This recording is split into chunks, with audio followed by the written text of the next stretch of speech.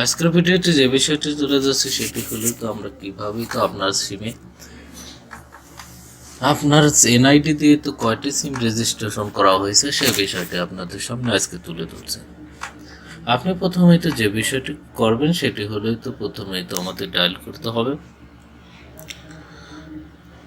Star দিয়ে, তারপরে হলো 1600 এবং হ্যাশ, এবং এটা দিয়েই তো আমাদের প্রথমে কি করতে হবে, যে কোনো একটা সিম দিয়ে ডায়াল করতে হবে।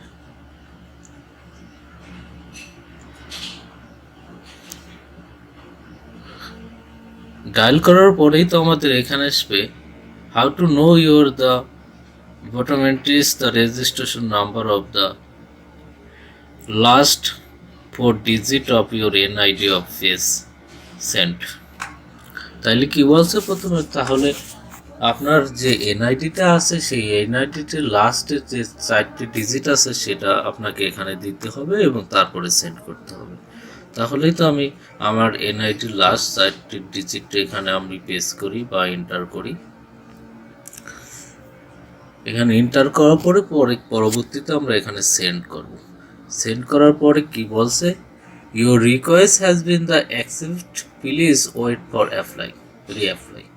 হ্যাঁ, ইতিমধ্যেই আমাদের একটাই তো SMS এসে পড়ছে, যেটা আমাদের অপেক্ষা করতে বলছিল।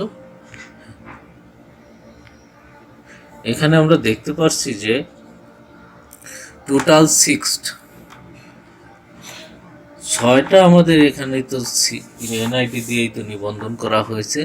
প্রথমে জিপিও প্রিপেড হলো 1, লাস্টে আমার যেটা 85, তারপরে এয়ারটেল প্রিপেড 1 যেটা লাস্টে আমাদের 16, যেটা বাংলা লিঙ্ক প্রিপেড 3 যেটা 34, 49, 22 আছে, এয়ারটেল প্রিপেড 1 যেটার লাস্টে হচ্ছে টেলিটক আছে, যেটা লাস্টে সেটা হচ্ছে লাস্টে 31। আমরা বুঝতে পারলাম যে কিভাবে একটি এনআইডি দিয়ে, এনআইডি 4 ডিজিট দিয়েই তো আপনার কয়টি সিম রেজিস্ট্রেশন করা আছে সেটি আমরা দেখতে পেলাম।